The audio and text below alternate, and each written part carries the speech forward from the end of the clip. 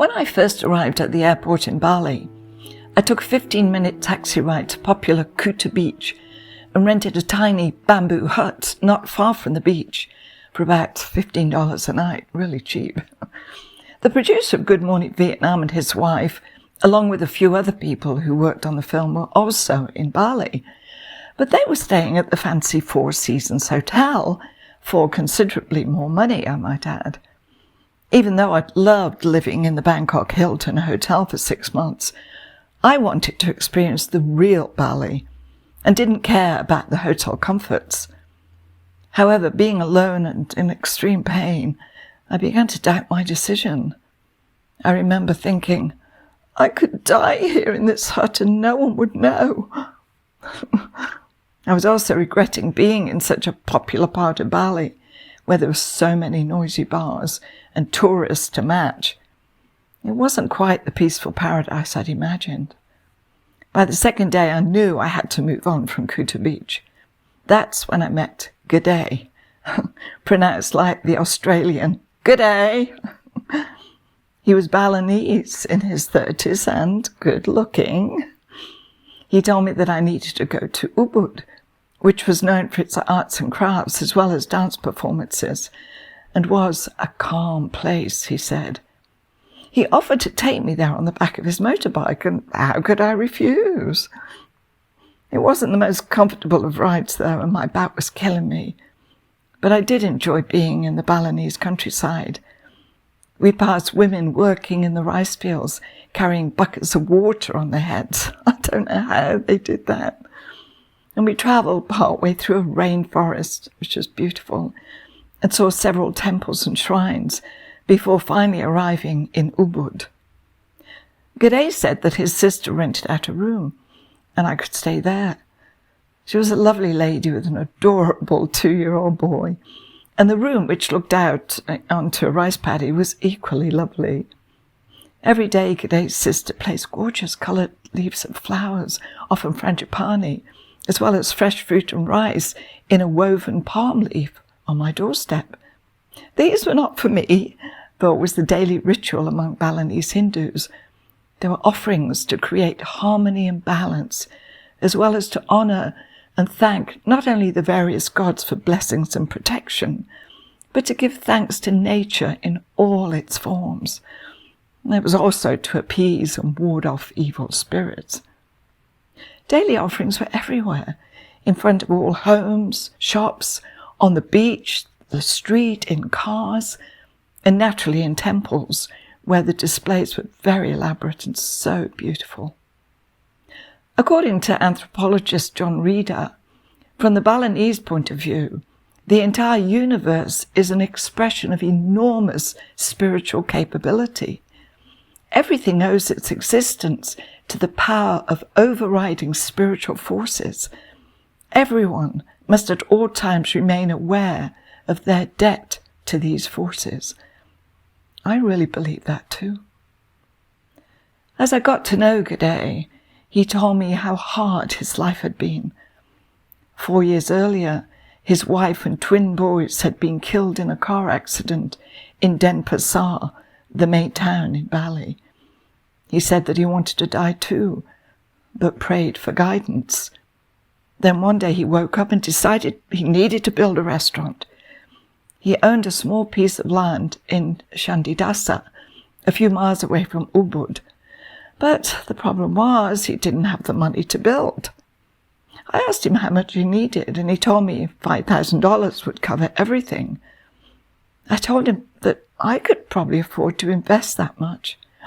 "Oh, you will be saving my life," he exclaimed with delight. We travelled to Chandidasa, and G'day showed me the land. It was quite small, and I said that perhaps it would be better to build a cafe that could cater to tourists and sell things like cappuccino and cake, alongside fried bananas, of course, the local dessert. I'd previously spoken to tourists who said how much they craved a good cup of coffee and carrot cake, and I felt the same way. I also suggested to G'day that we add shelves of books, and travellers could donate books and take others in exchange. I got very excited about the idea, and so did G'day. He had architectural plans made and adapted the list of detailed construction requirements he'd already put together for his proposed restaurant, and I helped him on that. I also added what we needed for the cafe in the way of fixtures and fittings, and I thought sofas, comfortable chairs and coffee tables would be nice. Then we went to a lawyer and had an official agreement drawn up and signed by both of us. The only snag was that I would only own 49% share, while G'day would own 51%, because he was an Indonesian citizen, and of course I was a foreigner. I didn't think that this was too much of a problem until it was pointed out to me a bit later. In the meantime, I was also researching the possibility of importing clothes from Bali to the US. G'day took me to a local dressmaker who had a lot of fabrics, and I loved the designs and the fabrics. They were beautiful. We talked costs, including import, export tax, and so on. This could be a whole new life for me. But I decided I needed time away to think, and I took the ferry from Shandidasa to Lombok Island, en route to a small island called Gili Travangan, recommended by one of the extras on Good Morning Vietnam. I stayed overnight in Lombok with a lovely family I'd met on the ferry, and the next morning took a bus through a monkey forest to a beach where a boat would, I was assured, soon be along to take me to the small island, but there was no telling when it would arrive. Sitting on the beach in Lombok, waiting for the boat to Gili Travangan, I was surrounded by local children. Since there were only local people waiting to take supplies to the island, it seemed that I was somewhat of a curiosity. The children were particularly interested in the contents of my bag and wanted to know if I had pencils. Unfortunately, I didn't. I noticed several times when I was in Bali that children asked for pens or pencils, which was clearly a sign of their need for education and self-expression. I vowed that I would stock the cafe in Shandidasa with free pens and pencils, for sure. The teenagers were interesting because they wanted Walkmans or a pair of Nikes, and I have to admit sending both of these to a young artist in Ubud in exchange for a piece of his rudimentary Balinese art. I happened to have a bottle of pink nail polish in my bag, and the children were thrilled to see it, even the boys. They then proceeded to queue up, girls first naturally, so that I could paint their nails, which were not exactly in pristine condition. To see the excitement on the faces of these children was as joyful an experience for me as it seemed to be for them.